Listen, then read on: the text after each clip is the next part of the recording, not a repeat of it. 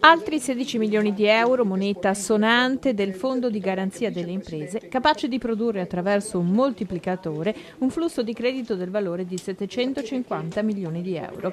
È il risultato della riassicurazione del credito, operazione avviata da Veneto Sviluppo, la finanziaria della Regione Veneto, con gli istituti bancari e Confidi Veneti per supportare la piccola e media impresa. Fatto 100 il rischio complessivo, 50 continuano a correre le banche, del 50 che resta, l'80%, quindi 40 viene a carico di Veneto Sviluppo e 10 rimane a carico anche dei confidi stessi. Un intervento che darà ossigeno a più di 3.000 imprese, aziende sane con commesse e progetti. Questo agevola esattamente quella fascia di imprese che secondo noi sono anche la struttura portante della nostra economia. Noi non possiamo permetterci ancora di mettere imprese in difficoltà e assolutamente non possiamo più permetterci di sentirci dire tutti i giorni che a fronte anche di buoni propositi, a fronte anche di buoni provvedimenti, poi lo scontro, il muro sul credito non si apre mai. La riassicurazione del credito permette alle imprese la rinegoziazione dei tempi di rientro del debito e anche una sua ristrutturazione.